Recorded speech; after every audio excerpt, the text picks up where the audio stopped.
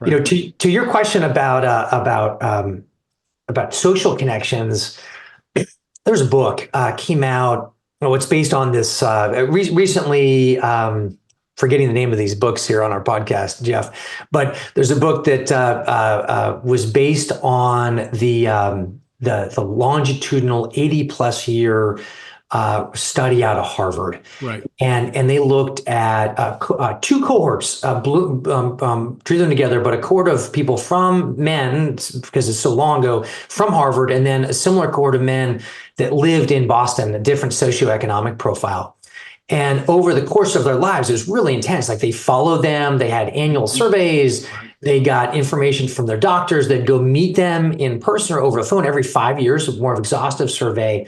And they said the most important thing that impacted people's health were their relationships. And it was something like the quality of people's relationships at age 60. Right. That was the determining like factor for healthy longevity down the road. Yeah. And we're in an interesting spot because, as I said, I believe it's harder to meet people today, and it's harder to have deeper relationships. You have to be really intentional about it.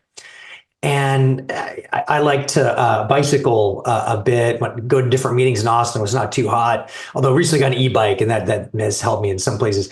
But I'll bike at night sometimes. I'll go by and I'll just see like all the televisions that are on in people's houses. And we used to be at a time where a lot of that energy for older homes, for example, were out in their front porches, on their stoops. Hmm. And there are more things now that separate us.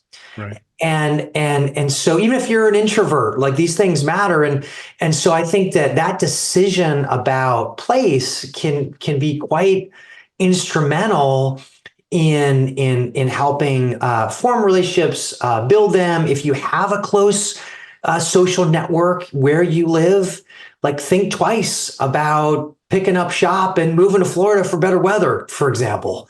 Yeah. Like those things can be harder to recreate. There's someone named Robin Dunbar. He's a anthropologist, sociologist in England.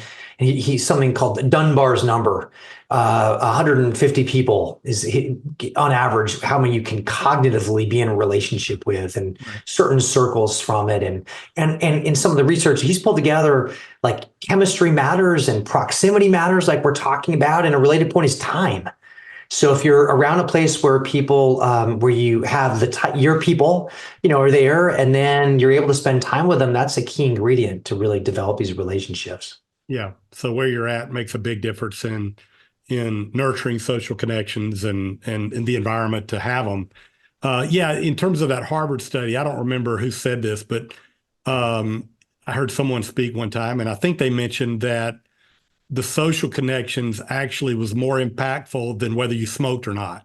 Yes, So true. Yeah. so social connections, having them or not having them was more impactful in life expectancy than whether you're a smoker or not, which is just it's mind-boggling. Yeah, there was a meta study that was done separate than the Harvard study, but what they did is they looked at it in terms of chronic loneliness, and so there's degrees of complexity in this. There's lack of social connections isn't the same thing as loneliness, but without boring into the nuances right now, people that are chronically lonely, the meta health effect is smoking more than a pack of cigarettes every day, to your point.